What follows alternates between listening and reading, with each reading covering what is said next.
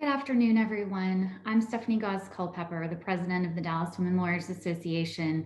I'd like to welcome each of you to Women's Guide to Healing the Racial Divide, How to Talk to Each Other and Our Children About Race. This program is co-sponsored by the J.L. Turner Legal Association, Dallas Bar Association, Dallas Association of Young Lawyers, Moms in Law, and SMU Dedman School of Law. I'd like to give a special thanks to Christine Leatherberry, the chair of Moms in Law and director of alumni relations at SMU Dedman School of Law, for her help in putting this program together. Our discussion is being recorded and will be made available on DWLA's website, dallaswomenlawyers.org, together with several resource guides you will hear more about from our panelists. 1 hour of CLE credit is available with a half hour of ethics. We'll provide the course number at the end of the presentation. You're able to ask questions through our Q&A feature, and I encourage you to do so. We have had an overwhelming response for this program with over 500 people registered to attend. That tells me there's a great need for this program and for the candid conversations we're about to have. As women lawyers, I believe we can bring a unique perspective to address the issues our country is currently facing. I'm very grateful for the amazing women who have agreed to share their experiences on this panel and join us today. In addition to their experiences, you will learn from these women what you can do and how you can take action to affect real change in our communities. So without further ado, let's get started. I have the pleasure of introducing our moderator for this program, Sean Brown. Sean is Vice President and Deputy General Counsel of Kimberly-Clark Corporation, responsible for the global litigation and regulatory matters facing the company.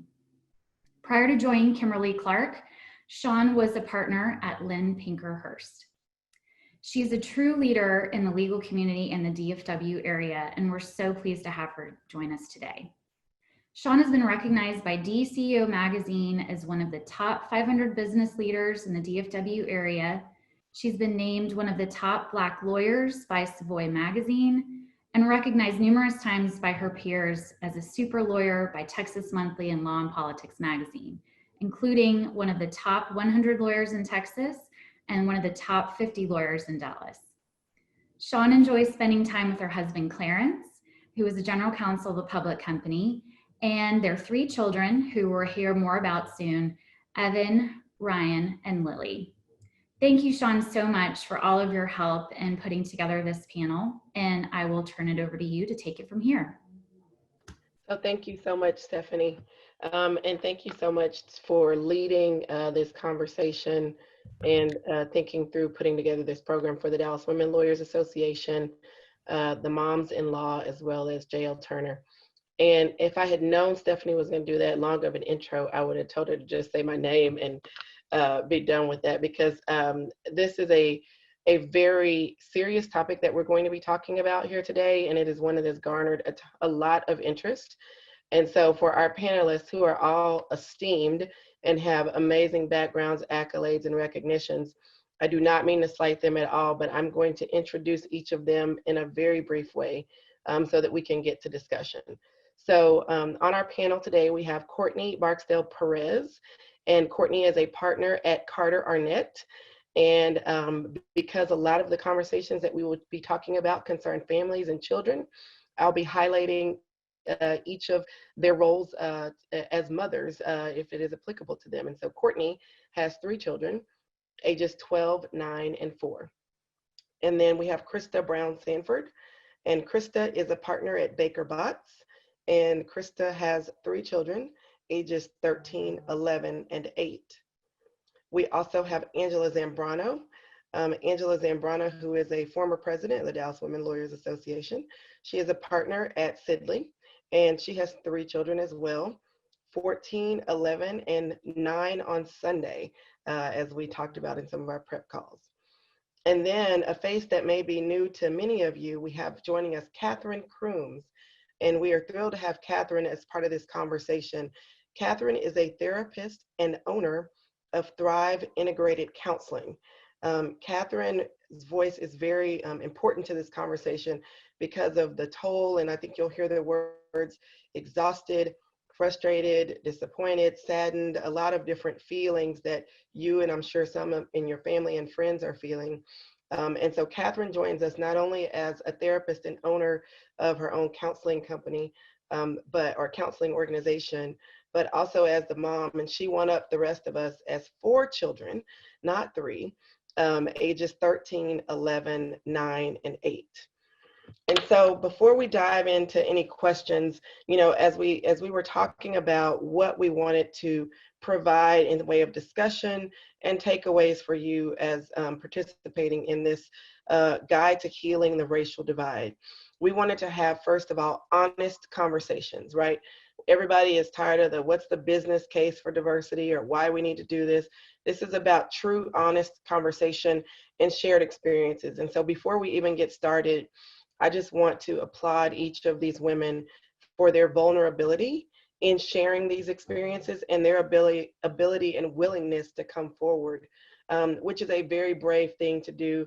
I just participated with our company where we had a series called Unmasked, and we talked about the racial divide in our country, and how individuals show up to places with masks on because we don't want to reveal our true and authentic self. So we wanted to accomplish that. These are courageous conversations, but at the end of the day, us all being lawyers, what can we do? And so we're going to also come away with some specific actions that you can take, some takeaways, and yes, even some resources that many have provided and Courtney Perez took the laboring oar of putting together that will be made available to each of you after this. As you heard, you're getting ethics credit, so we'll also address how we, in our role and privilege as lawyers and counselors, can add to this discussion and be part of the solution. So I will stop talking there and just kick it off with a question first to Catherine. And so Catherine, when we brought you into this conversation, we were excited about your background and the fact that you counsel and work with children. And we wanted to just ask, when should you, speaking of children, there was my daughter who I told not to come during this entire session. So when should you talk to your children about racism? And is there a such thing as being too young to have that discussion? And Sean, that's a great question. So first, I'd like to start by defining racism, which is the prejudgment and poor treatment of people based on their race. Because of the way in which our children learn, we have all been having this indirect conversation about racism with our children since their birth. For example, our children are watching who we bring into our homes, who our close friends are, the books that we read to our children, the way that we interact with people of color, Black people outside of our home, whether they be strangers or people that we know. So understanding that our actions are the foundation of our children's understanding about race and racism is important to start with. So if you're wanting to have a more direct conversation with your child about racism, first taking inventory of what you have communicated indirectly to your children about race and racism will inform kind of where you need to start a more direct conversation. So some examples are in the preschool years, for instance, conversations about feelings and fairness, reading books that have positive depictions of Black people is a good place to start.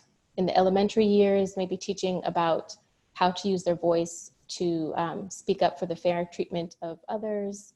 And then as our children get older in the middle school and high school years, when they're spending more time away, having those direct conversations about their safety and how they need to keep themselves safe when we as parents are not around to do that. There's also a great website that I love to reference, socialjusticebooks.org, and they have some great book lists that can inform kind of a starting place in terms of topics for various age groups. So thank you, Catherine. Those are great resources, and I know we're going to be pulling on you to kind of feed in from your perspective as we have this conversation. And so, Angela, I'll turn to you. And, one of the things that has come out of the recent events in terms of the murder of George Floyd and the assassination of Ahmaud Arbery is, the fact that more than just Black and brown people are standing up to have not only participate in the conversation, but are examining what it is they need to do. And, one of the questions that I know you and I have kind of talked about, because our kids are generally the same age and go to a lot of the same schools, is, what's the role of everybody in this conversation? So same question to you, how do you have this conversation with your own children about race? Thank you, Sean, and thank you to all of the panelists for having me join this group. I don't consider myself an expert on the topic of talking to my children about race. I don't know if I even consider myself having a lot of the answers. But what I'm learning through this process, and I am learning, and I think a lot of people are learning, and I am happy to see that, I'm learning that having the right questions is sometimes as important to having all the answers. And having some questions about, with this group of women, with other people in my life, about how to address this. I want to sort of back up to answer your question about how I parent in this regard, because I think we all sort of sometimes start with some of the things that were core principles and tenets in the way we were raised. I would say that I grew up in the Midwest. My family definitely had what I consider to be a 70s and 80s style of talking about race, or maybe not talking about race, which was, colorblind, we're all the same, treat everybody equally, some version of the golden rule that applied in this space. And I would say that I still believe that is one of the foundations. And as Catherine said, one of the sort of background things that needs to be in your family. I think we've been having a lot of those conversations in my family for a long time. I think we've had a lot of the indirect conversations that Catherine mentioned as well. But what this conversation in America has really taught me is that teaching my children, or maybe I'll say it this way, making sure that I raise a child that is not racist is not enough for me. That's not enough for me. I want to have a leader and a child that protects and stands up for people, so that we don't have what we have going on. So I am going to tell you about one of the conversations I had recently, and thank you for acknowledging us, for being a little more open and transparent, and full transparency on this one. I'm in the middle of trial, so I'm barely sleeping. So I have my Kleenex handy, because anytime I talk about being a parent and being a good parent at that, it does bring a lot out of me. We were talking in my family recently I'm glad about— you have Kleenex, by the way. Nice plug on that. Awesome. Thank you for lightening that too. We were talking about the incident in my family recently that happened to your children, Sean, and several of my other friends' children in the community. And I have a teenager, and then my youngest is 9. And so I was very happy with the discussion that we were having in terms of what happened. I was happy that they were outraged and incensed, and all of those things those values that I thought that I had instilled, they were coming out. This was good. But then I pushed it a little further with my teenager, because I think we should be pushing things further, as Catherine said, with teenagers. And I placed her in that situation in that parking lot, and I asked her, what would she have done if she were in one of those other circles of friends? And she sort of froze and was just really hesitant she said she would have been hesitant. She said, I'm not the adult. I don't have the authority to tell those people how to behave. And really that opened up a very good discussion about then how to do more. And as I've read some materials on this recently, I've seen other people that have captured this a lot more eloquently in what they're saying about this topic, which is, I haven't equipped her to have that conversation. And so I haven't equipped her then to be a leader. So we it led to a longer conversation than that night. And then a subsequent conversation in which I could really put her in the shoes, put herself in that circumstance based on a friend, an outing that she had with one of her African-American friends in a mall. I put her right there, and I said, remember when I picked you up at Macy's with this girl's name, and remember, what you guys were just kind of hanging out, remember? And what if I would have been late? And what if somebody would have started accusing you guys of stealing something or misbehaving in some way? And what if it really focused on your friend?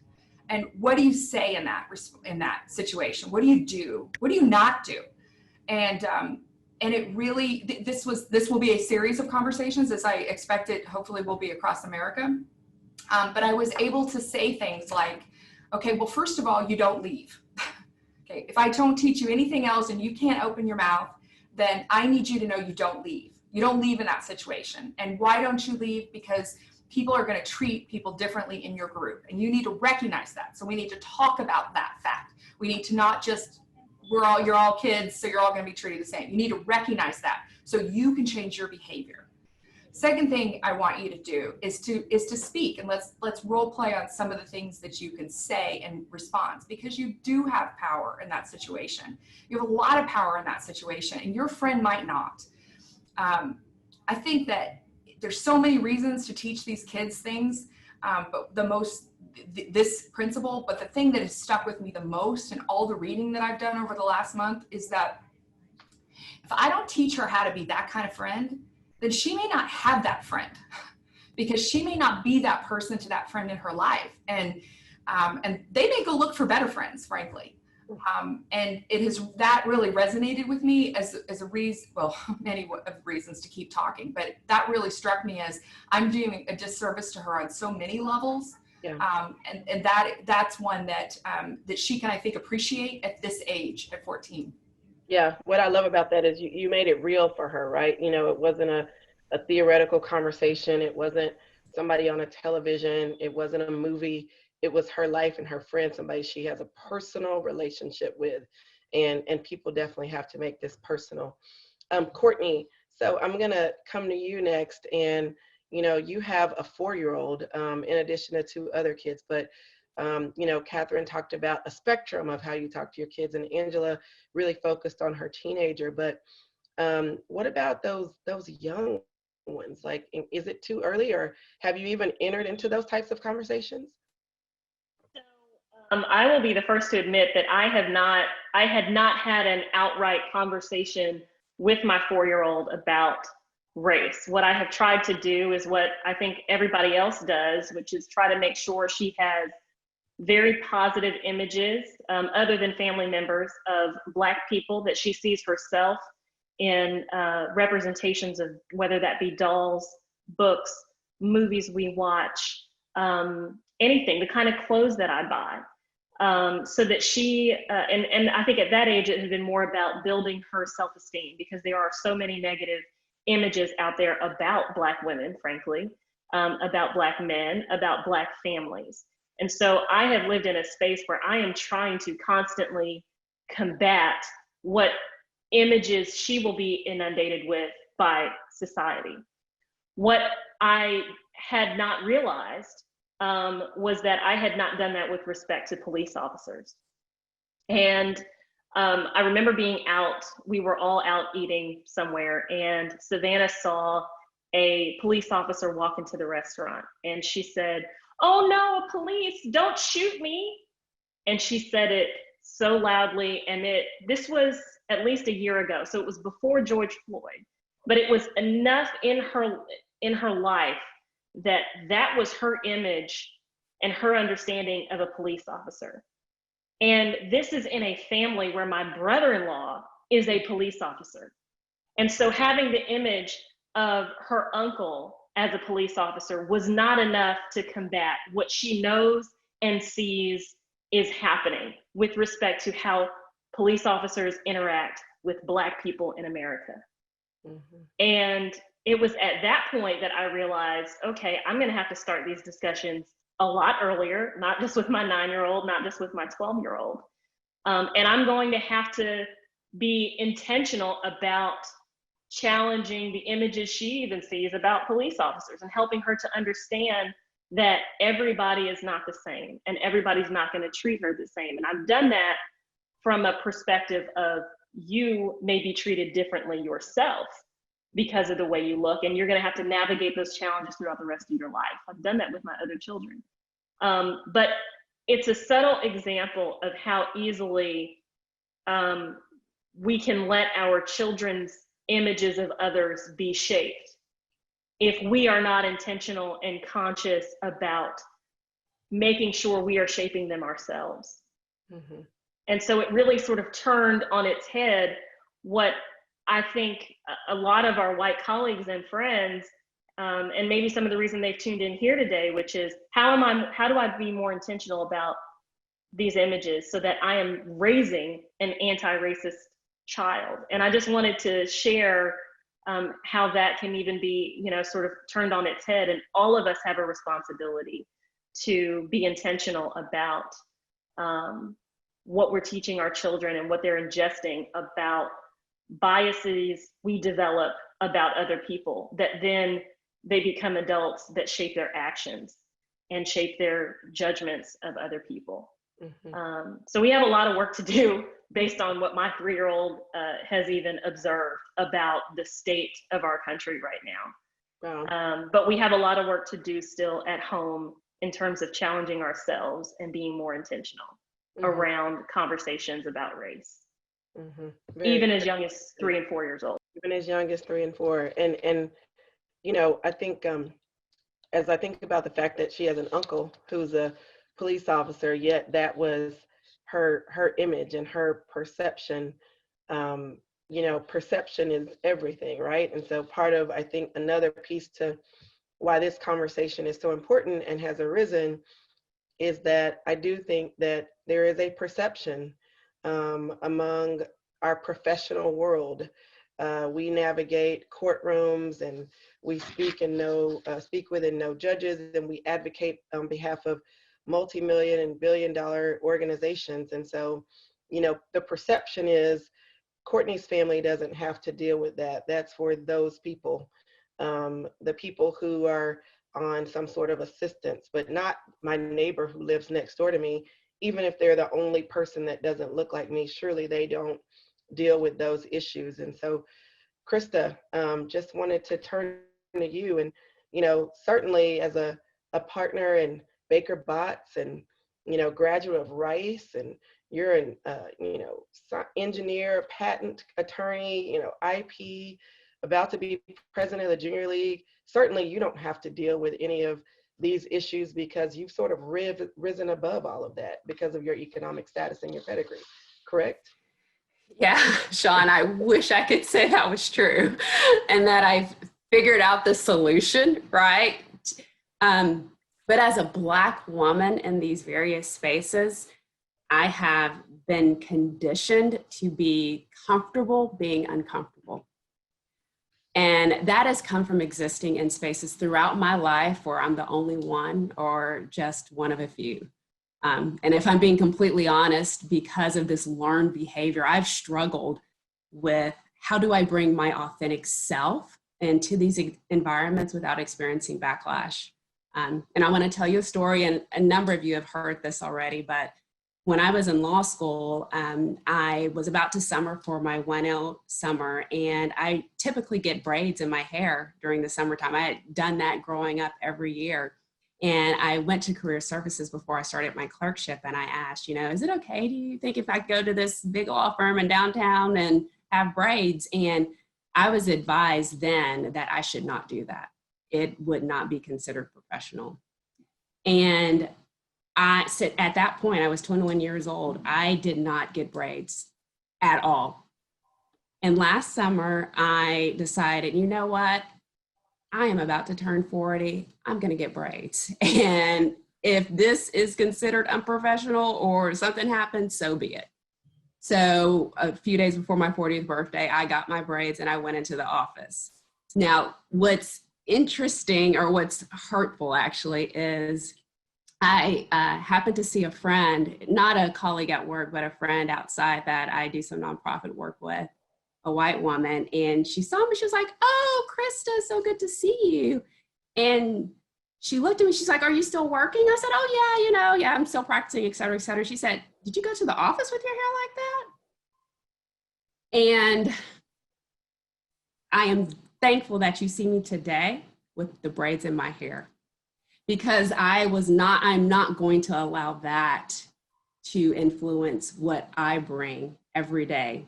And I will say, this is why forums like this are so important, because we need to learn from our colleagues' experiences and understand what our colleagues are going through. Even, you know, at 40 years old, I am being judged because of something that, of me expressing my Blackness, so to speak. And I will say, as a mom, I'm also experiencing this. And what I see as I'm looking at my boys, and they're my babies, but they're not immune to this either, you know, in our neighborhoods, they are still seen as Black boys when they walk out the door.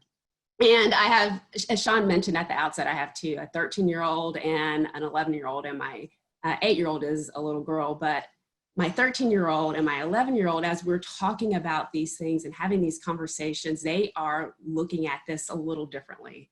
My 13-year-old, I can tell he doesn't really get it. He doesn't understand that his actions, they need to be different than his friends. He can't act like everyone else when he goes out the house. And I will say, as a mom, that scares me to my core, because as a 13-year-old, and I am seeing others recognize him as a man, because I mean, I'm sure you have seen the research that Black boys are seen a lot older than what they are. I think it's like 5 years older than what they actually are.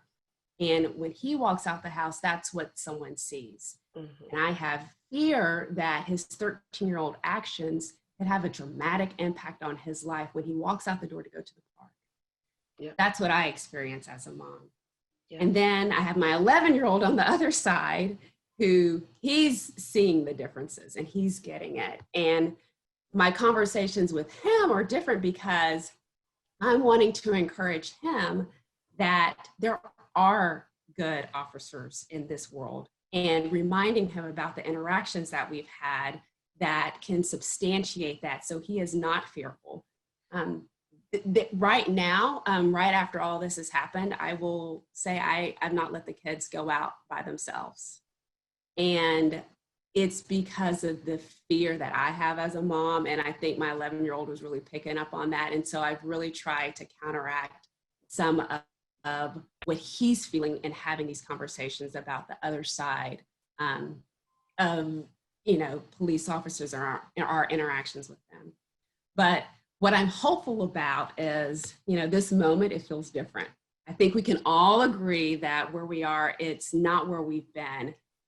And I will say we are at the point now where we are not just going to play the game anymore. We are going to change the game. Right. This mask of existing in silence has been removed, and we are having conversations today that we were not having a month ago.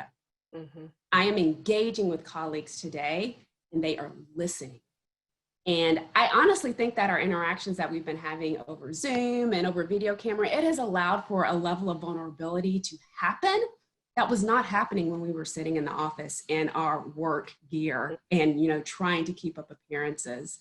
And so I am glad we're having these conversations, and I am really hopeful that we're on a path to create lasting change. Yeah, that's beautiful. You know, that's a blessing in this pandemic, right? That we are actually able to have those interactions, and it probably is easing it a little bit because we've got a screen in front of us. And I think the other piece I heard when you were talking is not only is there going to be change, I think change is being demanded. And, you know, I'm not going to tell the whole Sonic encounter, but I think a piece of what I also just identified with when you talked is my son, who's 17, that loss of childhood, because I've had these conversations with him for a very long time, and he believed, oh yeah, you know, I understand that can happen, but until it slapped him in the face, it wasn't real. And I'm equal parts refreshed that at least it happened while I was here and with him and at home to help him deal with that, and also frustrated that that moment of being a free teenage kid who does stupid things like and he wasn't doing anything bad. So, but I'm just saying the ability to just be a teenager without this extra burden was visibly removed that day that he had that encounter. So I got to share a quick hair story, and then I have a question for Catherine.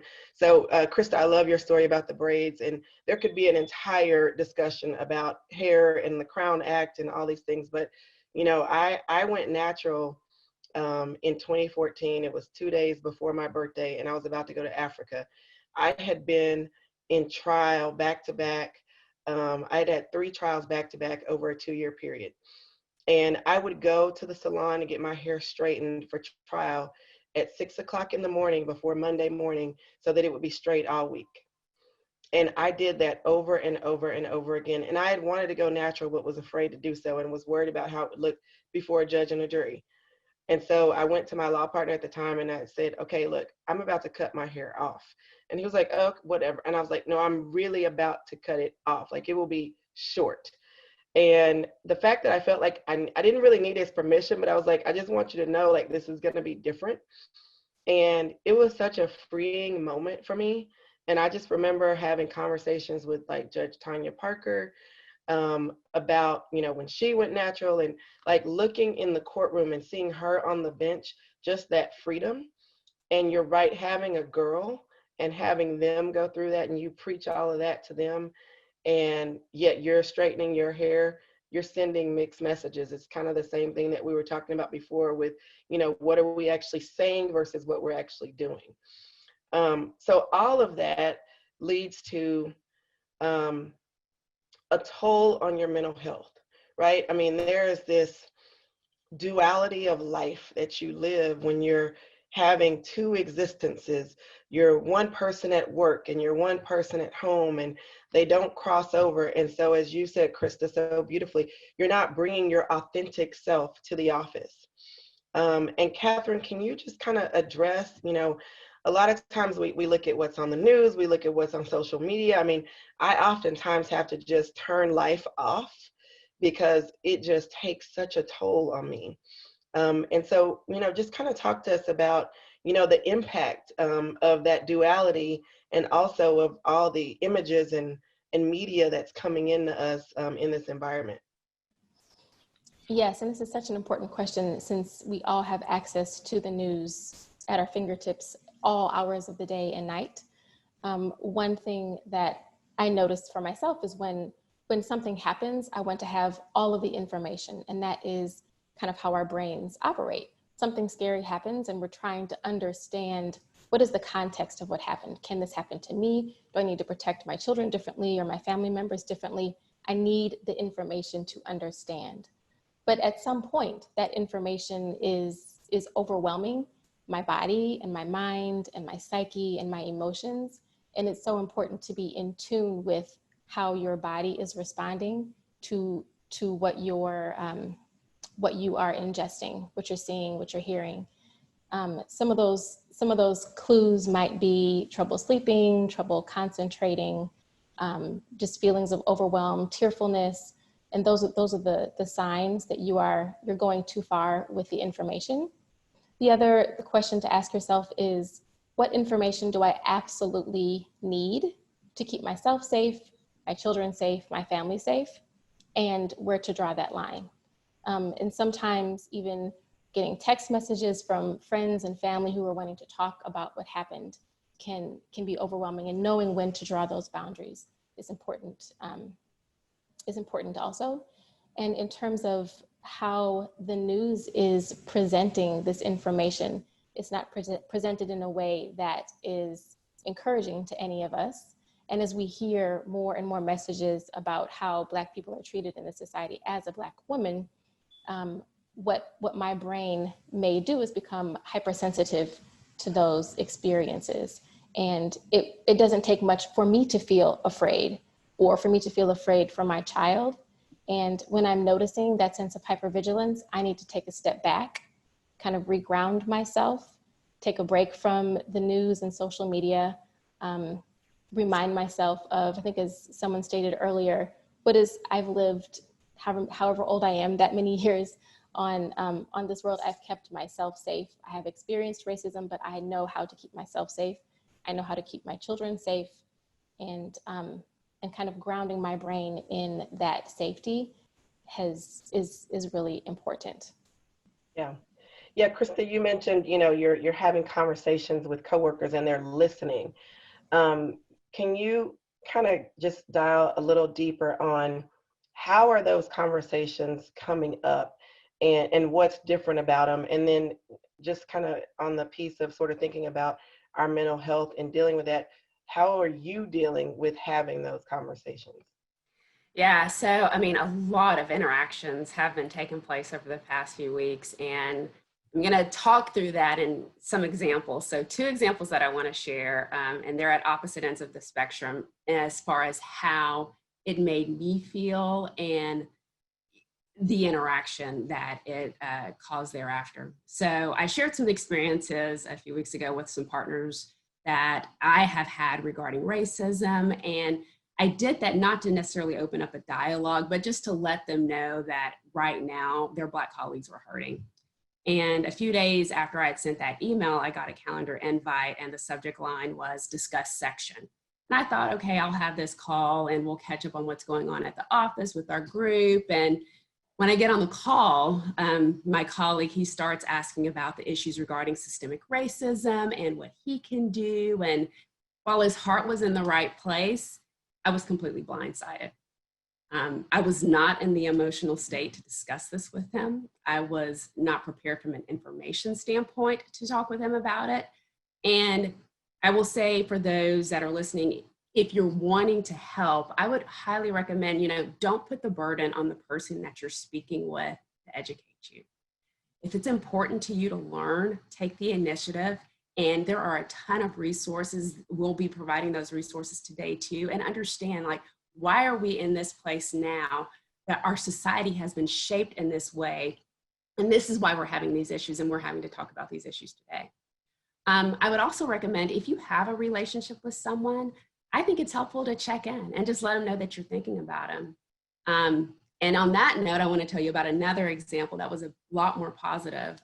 So last week I had a board meeting and we were talking about these issues with the board and, what are some initiatives that we were going to kick off the ground. And as I was hearing the exchange, I got emotional because I could tell that this group was so invested in doing something. And it was such a positive conversation. And one of my board members after the board meeting, she sent me an email and in the subject line, it said, "You do not need to respond." And that meant a ton to me because she knew I was hurting. And she just reached out to check on me. And she didn't put the onus on me to even respond or to talk with her or to educate her or to listen to her ideas. She just reached out to let me know she was there. And I think she's listening today. And so I just want to tell you thank you for that. It meant a lot. All right, so I'm keeping it together.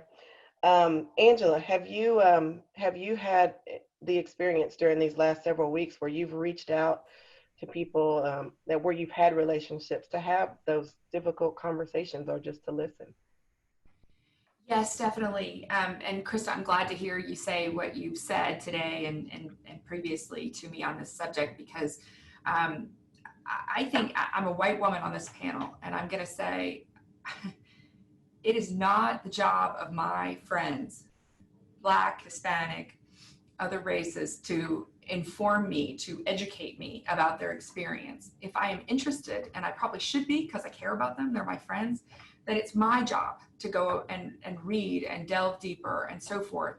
When they share, and there's been a lot of sharing lately that has been really moved me, things that I didn't know had happened to my colleagues. I'm not going to be marketing savvy enough to come up with a hashtag for it, but I have to tell you, the sharing is helping. Sharing is good. Keep on doing it, because it's really impactful to hear stories from just my entire circle coming around on this topic. But what I've been trying to say are two things. One, thank you for sharing, because I know anytime you put yourself out there in this way, I just think it needs to be acknowledged. And then something to the effect of, I'm here, I'm with you, I stand with you. I don't really think I need to say much more except to listen. That's kind of my view on this subject. I will tell you, because you gave me the floor, Sean, that one of the most impactful things that I ever read was from Sean years ago when her son Evan was very small.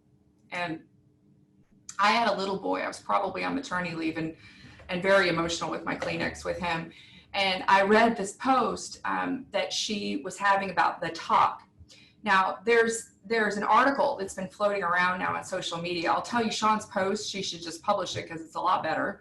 But it's about this talk, and it was really raw, putting yourself out there kind of post about this experience, and it struck me to the core, because of all of the things that you don't want to have to do with your child is to take away any bit of innocence. That's at the top of the list. And it struck me as a white mom how privileged I was that I didn't need to have that conversation at least as soon as Sean did. I should be having it. He happens to be half Hispanic. I should be having it on other issues. But I didn't have to have that conversation. And how grateful I was for that in that moment. I've thought about that post a lot in the last month. And I've thought, if I'm grateful, then I know that I don't have the privilege of having to have that conversation with a 6-year-old, a 7-year-old, an 8-year-old. If my 9-year-old son, I would have had to have it. Then I need to do something to give back to that, because I'm lucky enough that I don't have to have that conversation. So the conversation I have with my kid about staying there, that's easy. That's easy comparatively. And to just own that and to know that and so forth. So Sean, I took you off your subject on how to respond, but I wanted to say that because I feel like I feel like we have an obligation right now. Yeah. People are hurting, people are sharing. What is your obligation as part of that, as a mother, as a coworker, as a friend? Yeah, no, thank you for sharing that. And yeah, and I remember that post, and I think I started it by saying, at some point, my cute little black boy becomes a black man to you. When do you start to fear him? Because there's this shift that Krista described where, he has hair on his face now, and he's 17. So as much as I haven't wanted to let him go out, he's got a car, and I can't put my own experiences on him to such a degree, although I need to make sure he's prepared. So Courtney, I'm gonna come your way a little bit in speaking a little bit about that, right? So you talked about the fact that, you've got your experiences growing up. Angela talked about, being a child of kind of that 70s age, and, we're all a product of our environment and our experiences. And as parents and as friends and colleagues, we are exhibiting externally whatever our experiences were. That's how we respond. That's how we act. That's how we behave. Our own implicit biases, our own unconscious bias. I know that's a topic you're very passionate about. And I know you've talked about needing to check that. So can you just kind of talk a little bit through that?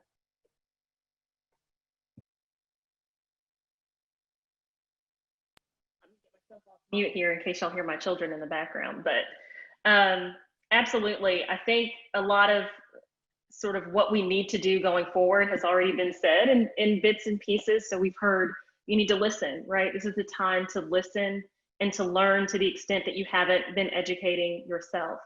And then I would go a step further and say, when you hear these experiences, because the experiences that have been shared today are not unique. You can see these on any Facebook post, you can see them on any article, on any social media that's out there, or really any legal resource. There are plenty of studies that have been done by the ABA that talk about these things.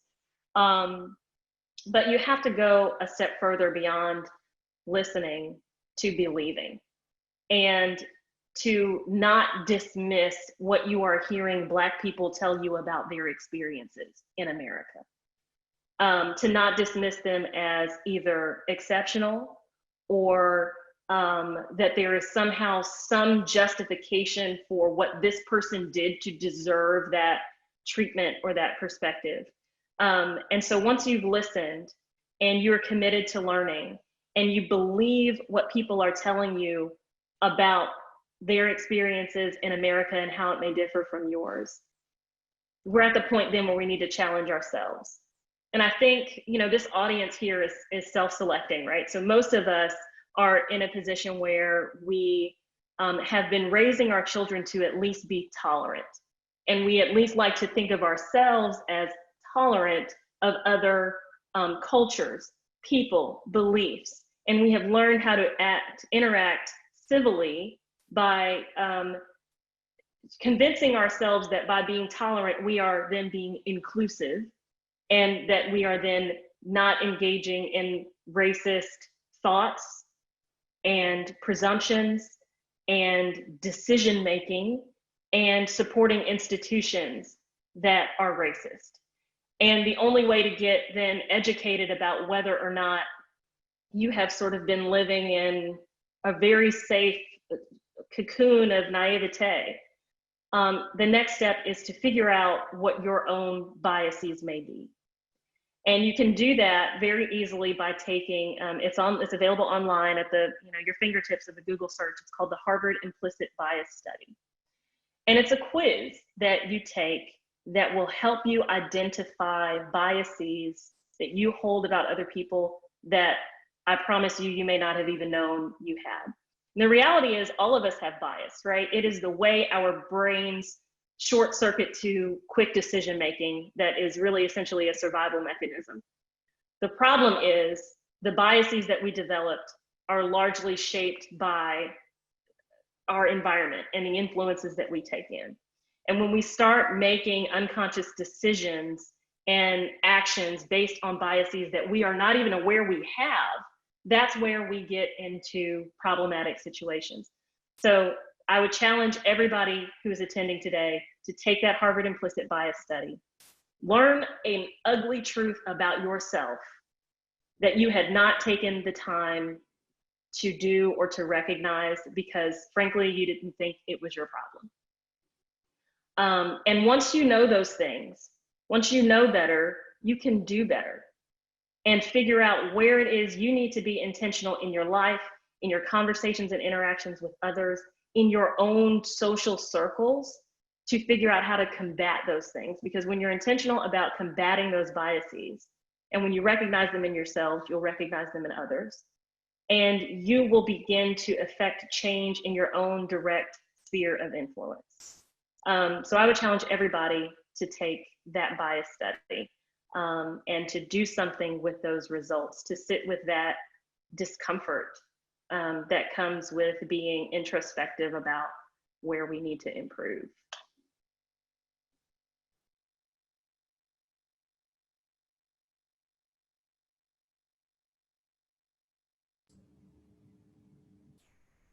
I was really talking, sorry. So Courtney, I'm gonna stay with you for just a moment. And we've got a couple of questions in the chat. We got questions in advance as well. And so I've tried to weave those in as we've talked today. But this is I've seen some comments about how great this discussion is and the appreciation for the sharing. And we are a actively oriented organization of people, right? These are women lawyers who like to get stuff done. So people want to know, what can we do, which I think you have woven in little nuggets in your responses, but also as lawyers, we actually have ethical responsibilities, opportunities to speak and advocate when others don't. So, can you kind of talk to, opportunity for us as advocates to actually reach out and serve and address some of these topics very head on? Absolutely. As lawyers, we have a sworn duty to affect justice. And it starts with our own profession. And if we are not the ones to try to make the justice system better, why on earth would we expect anyone outside of our profession to do that? So we have to be the ones really to be the leaders in this area in terms of taking ownership of our own profession and the changes that we need to see in the justice system. So now what I will say is there are a ton of organizations out there that are already doing this work to changing and dismantling the impact of racism on the justice system. And now's the time to serve. We don't need to reinvent the wheel. I will say one thing is, and we've had this conversation historically amongst the legal profession, is we need to increase diversity. It is really that simple. When you are not the only Black person at your law firm, it is not unusual then to see someone with braids, right? Or it's not unusual that the faces would turn to you and say, tell me what the Black experience is, or tell me what Black people feel the solution is to this. When you have more people at the table, then you increase the positions of leadership. Our colleagues and our profession and the way that we dole out justice will not change without that increase. So I think firms need to commit to the ABA's Resolution 113, and General Counsel needs to commit to the pledge that the ABA has put out about very specific, concrete steps that have been proven from data and research that has been done about how to increase diversity. And we always hear, well, there just aren't enough people. I hear that. I was in a class in law school in 2007 at the University of Texas, and there were 23 Black people in my class of 500. So I understand that argument that there are not enough, but we're not going to the next step and saying, why not? Why is this the case? How can that be in 2007 and it hasn't improved much in 2020? And what are we doing before that to make sure that there is a pool of people who we would consider qualified enough to be in these traditionally white spaces? So that resource is in the written materials that will be handed out. That is a concrete way that law firms and in-house legal departments can change the way that our profession looks, and therefore the way that we treat each other. Again, understanding the impact of implicit bias, I will take that another step further and say, once you do that work individually, law firms can also implement a ready-made training toolkit on this issue. It was put together by the ABA section of litigation. I've included that in the materials that will be distributed today. Everyone needs to be encouraging their law firms and their companies, or at least in-house legal departments, to utilize the ABA's implicit bias training. It's in a can, it's 90 minutes, it's ready to go for you. We have no excuses to say we're not educated anymore. And then finally, I would say support organizations that are already doing this work. Encourage your law firms and the profession in general, and law students, to seek out pro bono opportunities for young lawyers to serve, while also receiving the experience that doesn't necessarily include, loaning them to the DA's office where they're going to put largely Black and brown people in jail for low-level offenses. There are plenty of opportunities, and I've listed over 15 organizations that are doing this work nationwide and that are doing this work that are Texas-based organizations that law firms can get involved with.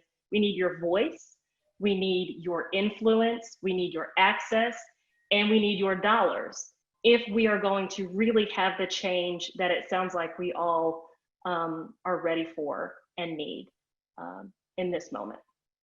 Thank you, Courtney, and thanks for taking on the labeling or of putting that information together, which I know is a lot of work, but something you're passionate about and will be helpful. So we have a lot of questions in the chat. We've got about 8 minutes left. Krista, I'm gonna pose this one to you. Courtney was talking about, and we've talked about, the sharing and the information, what law firms can do, and I think people are ready to act. And there's an interesting question in the chat that said, are you as an African American finding that you are surprised by some individuals in your life who are remaining silent? And are you questioning some of your friendships because of that? So with respect to the first part of the question, I'm not surprised. And I'm not surprised that some of my friends that are white are remaining silent, because this is hard. It is hard to talk about this. And it comes with recognizing what has happened in the past. James Baldwin wrote, "Not everything that is faced can be changed, but nothing can be changed until it is faced." And where we are right now is we're facing it, and it is hard. And so, no, I'm not surprised by the silence, but what I've been trying to do with sharing these experiences is to make them comfortable too with having that conversation, because with my vulnerability that comes, I think there's some vulnerability from them too. Am I questioning my friendships? No. I think my friends are my friends and they're my rocks. And yes, some people are reaching out right now, but I want to also allow them to be in a space to feel like they can have that conversation with me and not feel like they're going to be judged or they will offend me, but to let them know too that I am open to having that conversation. And Courtney, I think you wanted to add something as well. Yeah, I also wanted to add that I think, you know, we can't necessarily judge the silence. It is loud. I will say it is loud and it is recognizable, and it does cause you to question, you know, what's happening here? Why is this person that I've known for 20 years not even just pretending like none of this is going on? But I will say, I think that having had those discussions with some people, that it's motivated by a couple of different things that are happening. One, we've been taught silence, right? We have been taught, you don't discuss race, you don't discuss politics, you don't have difficult conversations. We just pretend like these issues don't exist, and somehow they'll go away. Okay, so silence is taught, and we're having to unlearn that. The other thing is, I do think there's a lot of fear about being offended, but I have not heard, even anecdotally talking to people who have been having these conversations, that once a white colleague or friend approaches a Black person and says, I don't know what to say, that has gone just far left field, and it's been a bad experience. So I think really a lot of what is also happening is there are feelings of shame and guilt, and racism is not, you know, everyone's fault. But there is responsibility there. And so when you are dealing with those feelings of like guilt or shame about somehow how we got here and you haven't been active enough to address it, moving beyond that to not let those feelings paralyze you. And then also, I also want to acknowledge that there is a real cost to people who are trying to be allies and who are willing to call out racism whenever they see it and be completely 100% intolerant of it. There is a familial cost, there is a friendship cost, there is a church group cost, there is a social circle cost, and there may even be a business cost to an ally being vocal about what they know is wrong. And you have to have arrived at a place where you are willing to accept that cost. Yeah. And the fact of the matter is, if you haven't yet, you just are not willing to. And that's an internal struggle that everybody, I think, will have to prepare themselves for and be ready for. And everybody's not there yet. The hope is that by the more listening and learning that you do, the more willing people will be to accept that cost. Yeah, and it's real for some people. I think that even that, in addition to allies, I think that cost exists for Black people too, which is why there's a lot of silence until you just can't take it anymore. Makes me want to holler. So I wish we could spend so many hours on this. This has been such an informative discussion, amazing tips and takeaways. So to Catherine, to Krista, to Angela, and to Courtney, thank you all for sharing. I'll just close before turning it back over to Stephanie. I'm going to steal this from Angela because in one of our conversations, she used the words osmosis mentality. And so I think by all of you participating in this discussion today, you are ignoring the osmosis mentality. It's not enough just to be a good person, to have people that don't look like you around, to make sure that you have those outward signs of diversity and inclusion in your life, but that you are willing to take the next step and be active and be anti-racist and actually take steps to make change and not just sit back and think it's going to happen by the way that you're living your life. So with that, I will turn it back over to Stephanie. Thank you, Sean. And on behalf of the Dallas Women Lawyers Association and the other bar associations who co-sponsored this event, I just want to say thank you again to all of our panelists. This was an important conversation, and the conversation isn't over. I hope that each of you who attended have learned a lot, but I hope you also feel empowered as lawyers and otherwise to take actionable steps to improve race relations in the legal community and the community at large. Lawyers in particular, as we've mentioned, have a special obligation to work towards a more just, inclusive, and diverse society and work towards improving race relations in the legal community and beyond, places of employment and otherwise. So please take the implicit bias test yourself, encourage your law firms and in-house legal departments to implement the ABA programming that was mentioned, and take up those opportunities to give back through pro bono legal services. As we mentioned, this program's been recorded and will be made available on DWLA's website, dallaswomenlawyers.org. We'll send a link to the video and the resources mentioned here to all the attendees who registered in an email as well. As we mentioned, we also have CLE credit. So I'm just going to give out the course number now. It is 174089567. Again, that is 174089567. And we have an hour of CLE with 0.5 of ethics. So I just want to say thank you again. Really appreciate everybody joining and look forward to seeing what kind of change we can impact in our communities. Thanks, everyone.